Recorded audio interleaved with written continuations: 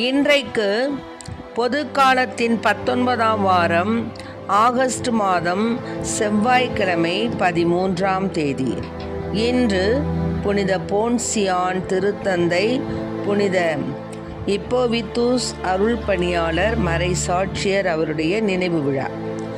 இன்று தேவன் நமக்கு தரும் ஜீவ நீரூற்றான இறை வார்த்தைகள் திருப்பாடல் 119, இறை வார்த்தைகள் 14, 24, 72, 103, 111, 131.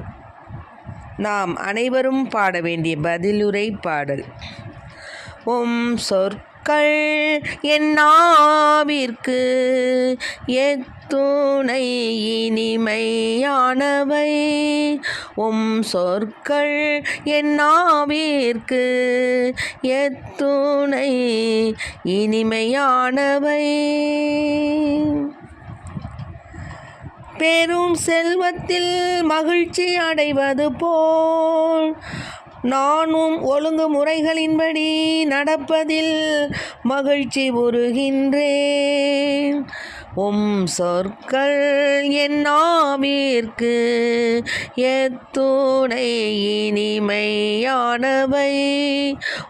சொற்கள் என் நாவிற்கு எத்துணை இனிமையானவை. ஏனெனில் ஒழுங்குமுறைகள் எனக்கு இன்பம் தருகின்றன, அவையே எனக்கு அறிவுரையாளர். சொற்கள் என் நாவிற்கு எத்துணை இனிமையானவை. நீ திருவாய் மலர்ந்த சட்டம் ஆயிரக்கணக்கான பொன் வெள்ளி காசுகளை விட எனக்கு மேலானது. சொற்கள் என் நாவிற்கு எத்துணை இனிமையானவை. சொற்கள் என் நாவுக்கு எத்துணை இனிமையானவை. என் வாய்க்கு தேனினும் இனிமையானவை. சொற்கள் என் நாவிற்கு எத்துணை இனிமையானவை. ஒழுங்குமுறைகளை என்றும் என் உரிமை சொத்தாய் கொண்டுள்ளேன்.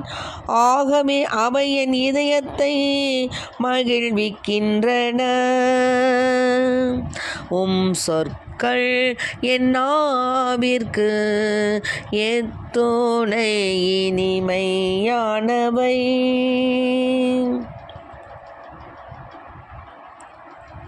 வாயை ஆவென திறக்கின்றேன், பெருமூச்சு விடுகின்றேன்.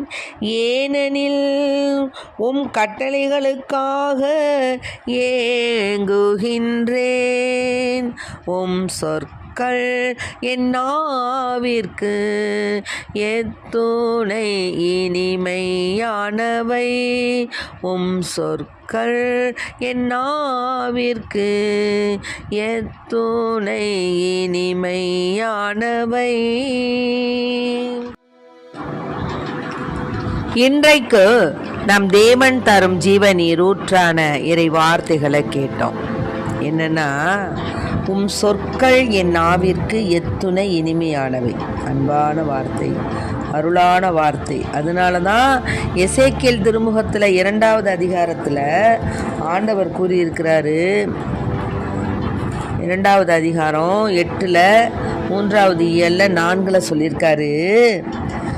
நீயோ மானிடா, உனக்கு நான் சொல்வதை கேள். நீ இப்போ என்ன பண்ணு, அந்த கலக வீட்டாரை போல் நீயும் கலகக்காரனாய் இருந்துடாம உன் வாயை திறந்து நான் உனக்கு தருவதை தின்று விடுங்கிறார். ஆமேன். அப்போது என்னை நோக்கி ஒரு கை நீள்வதை கண்டேன். அதில் சுருளேடு ஒன்று இருந்தது. அவர் அச்சுருளேட்டை என் முன் விரித்தார். உள்ளும் புறமும் எழுதப்பட்டிருந்த அதில் கதறல்களும் புலம்பல்களும் கேடுகளும் எழுதப்பட்டிருந்தன. அவர் என்னை நோக்கி சொன்னார், மானிடா, நீ காண்பதை தின்றுவிடு. இந்த சுருளேற்றை தின்றபின் இஸ்ரேல் வீட்டாரிடம் போய் பேசு. நானும் என் வாயை திறக்க அந்த சுருளேட்டை எனக்கு தின்ன கொடுத்தார். மேலும் சொன்னார், நான் உனக்கு தருகின்ற இச்சுருளேற்றை தின்று உன் வயிற்றை நிரப்புனார். நானும் தின்றேன், அது என் வாயில் தேன் போல் இனித்தது. மேலும் அவர் என்னை நோக்கி, மானிடா, புறப்படு, இஸ்ரேல் வீட்டாரிடம் போய் என் சொற்களை அவர்களுக்கு எடுத்து கூறு என்றார். ஆக அவருடைய சொற்களை எடுத்து கூறுவதற்கு முன்னதாக நம்மிடம் உள்ள அனைத்து வேண்டத்தகாத காரியங்களையும் அவர் என்ன செய்கிறார்? நீக்கி போடுகிறார். ஆமேன். ஏனெனில் அவருடைய சொற்கள் நம் நாவிற்கு அவ்வளோ இனிமை தரக்கூடியதாக இருக்கிறது. அதனால தான் இந்த 119வது திருப்பாடலில் என்ன கூறப்பட்டிருக்கு அப்படின்னு கேட்டிங்கன்னா, ஒழுங்குமுறைகளை என்றும் என் உரிமை சொத்தாய் கொண்டுள்ளேன். ஆமேன். ஒழுங்குமுறைகளை, உங்கள் ஒழுங்குமுறைகளை நான் என்னுடைய உரிமை சொத்தாக வச்சுருக்கேன்.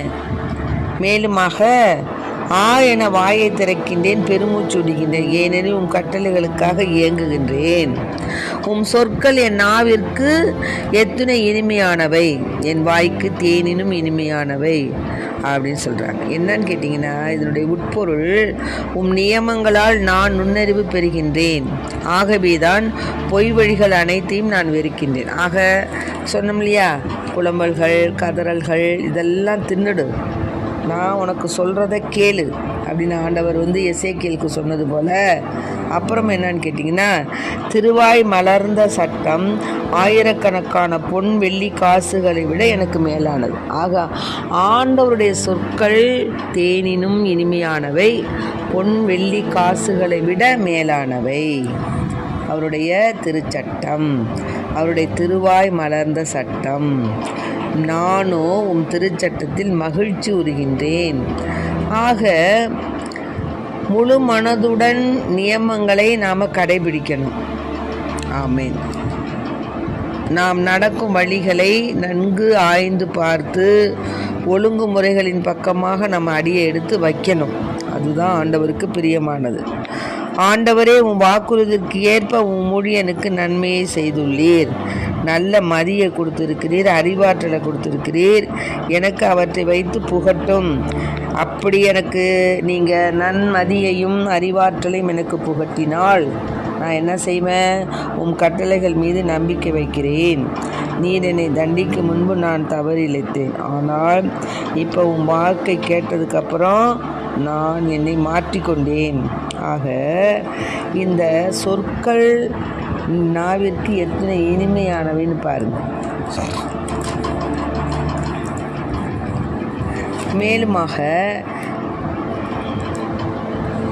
ஆண்டவருடைய வார்த்தை நமக்கு இன்பத்தை தரக்கூடியது. ஆமென். ஆண்டவருடைய வார்த்தை நமக்கு இன்பத்தை தரக்கூடியது. பெரும் செல்வத்தில் மகிழ்ச்சி அடைவது போல நானும் ஒழுங்குமுறைகளின்படி நடப்பதில் மகிழ்ச்சி உறுகின்றேன். ஆமென். பெரும் செல்வம் நமக்கு கிடைச்சதுன்னா நம்மளுக்கு எவ்வளோ சந்தோஷம் கிடைக்குதோ, அதே போல் நான் உங்கள் ஒழுங்குமுறைகளின்படி நடப்பதில் தான் மகிழ்ச்சி உறுகிறேன். நமக்கு சில நேரங்களில் நம்ம கடவுளுடைய திட்டத்தின்படியும் அவருடைய அந்த உத்தமமான முறையிலும் நடப்பதற்கு நம்ம மனசாட்சி நம்மளை தூண்டிக்கிட்டு இருக்கோம். நீ செய்வது தவறு, நீ செய்வது தவறு, நீ செய்வது தவறு என்று அச்சுறுத்தோம். ஆனால் அதை நம்ம என்ன செஞ்சிடறோம்? லேசாக அதை விட்டுறோம். அதை பற்றி கவலைப்படுறதில்ல. அந்த மாதிரி கவலைப்படாமல் இருக்கக்கூடாது. ஏனெனில் தேவனுடைய காரியங்களையும் அவருடைய நியமங்களையும் அவருடைய சட்டத்திட்டங்களையும் அவருடைய நேரிய பாதையில் நடப்பதற்கு முதல்ல கண்ணாடி என்ன தெரியுங்களா? நமது அக கண்ணாடி நம் மனசாட்சி தான். மனசாட்சியின்படி நாம் அதை அச்சுறுத்தும். இது தவறு, இங்கே போகிறது தவறு, இதை நீ சொல்வது தவறு, இதை நீ செய்வது தவறுன்னு சொல்லும். ஆக தேவனுடைய ஒழுங்குமுறைகள் எனக்கு இன்பம் தருகின்றன, அவை எனக்கு அறிவுரையாளர் என்று அந்த மனசாட்சி நம்மளை அச்சுறுத்தும். அதன்படி நாம் நடக்கணும். நாம் பாட்டுக்கு புழுதியில் வீழ்ந்து இறைவனுடைய வாக்கின்படி அவர் நமக்கு வாழ்வளிக்கிறாரு, வழிமுறைகளை எடுத்து சொல்கிறாரு, நம் மன்றாட்டை கேட்கிறாரு. இதெல்லாம் நம்ம விட்டுறோம். உம் நியமங்கள் காட்டும் வழியை என்றும் எனக்கு உணர்த்தியறலும். உம் வியத்தகு செயல்கள் பற்றி நான் சிந்தனை செய்வேன். துயரத்தால் என் உள்ளம் கலக்கமுற்றுள்ளது. உமது வாக்கின்படி என்னை திடப்படுத்தும். ஆகவே அன்பு பிள்ளைகளே, நாம் ஆண்டவருடைய வார்த்தை நமது நாவிற்கு இனிமை தரக்கூடிய வார்த்தையாக இருக்கிறது. ஆகவே இனிமை தரக்கூடிய அந்த வார்த்தைக்கு நாம் மதிப்பு கொடுப்போம். இனிமை தரக்கூடிய வார்த்தையை நாம் பேசுவோம்.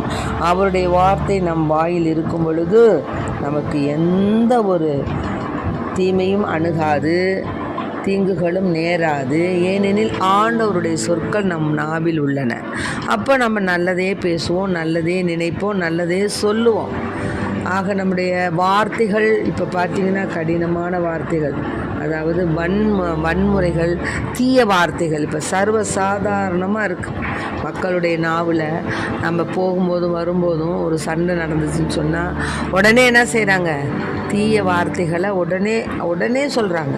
சின்ன குழந்தையிலேருந்து கூட இப்போ சொல்ல ஆரம்பிக்குது. ஏன்னா அதனுடைய பழக்க வழக்கம், அவர்கள் இருக்கக்கூடிய சூழ்நிலை. அத்தகைய சூழ்நிலையெல்லாம் நம்ம மாற்றி வன்முறையான செயல்பாடுகள், வன்முறையான சொற்களை நம்ம சொல்லக்கூடாது. அதான் காயிருக்க கனி கவர்ந்தற்றுன்னு சொல்கிறாங்க. காய் அதாவது நம்முடைய இன்சொல் என்ற நம்மளுடைய சொல்லானது இருக்கும் பொழுது அதை விட்டுட்டு கடினமான வார்த்தைகளை சொல்வது, பிறர் மனம் நோக பேசுவது, பிறர் மனம் நோக அவர்களை நாம் நம்முடைய சொற்களால் அவர்களை புண்படுத்துவது, காயப்படுத்துவது, இதெல்லாம் கூடாது. இதெல்லாம் யாருடைய சொற்கள் நமக்கு இருக்கும் பொழுது இதெல்லாம் நம்மளுக்கு வராது. தேவனுடைய சொற்கள் இனிமையானவை, அது நம் நாவிற்கு இனிமை தரக்கூடியவை. தேனினும் மிக இனிமையுடையது. அதாவது தேனின்னா சுவைன்னு கிடையாது, அத்தகைய பண்புடையதாக இருக்குதான் ஆண்டவருடைய சொற்கள். பாருங்க, ஆண்டவருடைய சொற்களை நம்ம சொல்லும் பொழுது நம் மனதிற்கு ஒரு மகிழ்ச்சி தான் ஏற்படுது. ஏனெனில் ஆண்டவர் அவருடைய தூயவருடைய வார்த்தை என்றும் நமக்கு தூயதாகத்தான் இருக்கும். அதில் எந்த விதமான கடின வார்த்தைகளுக்கோ, எந்த விதமான தீய எண்ணங்களுக்கோ, தீய சொற்களுக்கோ அது இடம் தராது. ஆகவே அன்பார்ந்த பிள்ளைகளே, நம்முடைய வாழ்க்கையில் நாம் என்றென்றும் தேவனுக்கு ஏற்புடைய பிள்ளைகளாக வாழணும். தேவன் இன்று நமக்கு தரும் ஜீவ நீர் ஊற்றான இறை வார்த்தை என்ன தெரியுங்களா? தேனினும் இனிமையான அவருடைய வார்த்தையை மட்டுமே நாம் சொல்ல வேண்டுமே தவிர கடினமான வார்த்தைகள், பிறர் மனதை புண்படுத்தக்கூடிய வார்த்தைகள் இதை சொல்லக்கூடாது. மேலுமாக நம்முடைய பெரும் செல்வத்தில் மகிழ்ச்சி அடைவது போல நாம் என்ன செய்யணும்? ஒழுங்குமுறையின்படி நடப்பதில் மகிழ்ச்சி உற வேண்டும். இன்னுமாக திருவாய் மலர்ந்த சட்டம் ஆயிரக்கணக்கான பொன் வெள்ளி காசுகளை விட நமக்கு மேலானது. ஆகவே அன்பு பிள்ளைகளே, இதை கேட்டுக்கொண்டிருக்க அன்பார்ந்த பிள்ளைகளே, நாம் என்றென்றும் ஆண்டவருக்கு உகந்த வார்த்தையை பேச வேண்டும். அவருடைய ஒழுங்குமுறைகளை என்றும் நம் உரிமை சொத்தாய் கொண்டுள்ளோம். ஆகவே அந்த உரிமை சொத்தினை நாம் காப்பாற்ற வேண்டும். ஆகவே நம் வாயை ஆவென திறக்கின்றேன், பெருமூச்சு விடுகின்றேன், ஏனெனில் கட்டளைகளுக்காக இயங்குகின்றேன். ஆகவே தேவனுடைய வாக்குகளை நம் மனதில் இருத்தி முழு இதயத்தோடு தேவனை மன்றாடுவோம். அவர் நம் மன்றாட்டை கேட்டருள்வார். துன்பமும் கவலையும் நம்மை விட்டு அகன்று போகும். இன்னுமாக அவருடைய நீதி என்றுமுள்ள நீதி. ஆகவே உம் வாக்குறுதி முற்றிலும் சரியென மெய்ப்பிக்கப்பட்டுள்ளது. உம் ஊழியன் அதன் மீது பற்று கொண்டுள்ளான். சிறியேன், அடியேன், இழிவுக்கு உள்ளானவன், ஆனால் உம் நியமங்களை மறக்காதவன். ஆகவே நாம் எந்த நிலை நடந்தாலும், நமக்கு எந்த நிலை ஏற்பட்டாலும் ஆண்டவருடைய வார்த்தையை நம் நாவில் வைத்து, அவருடைய வார்த்தையை நம் நாவில் வைத்து இனிமையான வார்த்தைகளை பேசி, வன்மையான வார்த்தைகளை பேசாது ஆண்டவருக்கு உகந்த பிள்ளைகளாய் அவருடைய சொற்களின்படி நீதியின்படி, அவருடைய வார்த்தையின்படி. வார்த்தையே நமக்கு வாழ்வு தரும் வார்த்தை. வாழ்வு தரும் வார்த்தை ஆண்டவருடைய வார்த்தை. ஆகவே அந்த வாழ்வு தரும் வார்த்தையை நம் மனதிலும் உள்ளத்திலும் இருத்தி ஆண்டவரில் அகமகிழ்வோம், அக்களிப்போம். ஆமென்.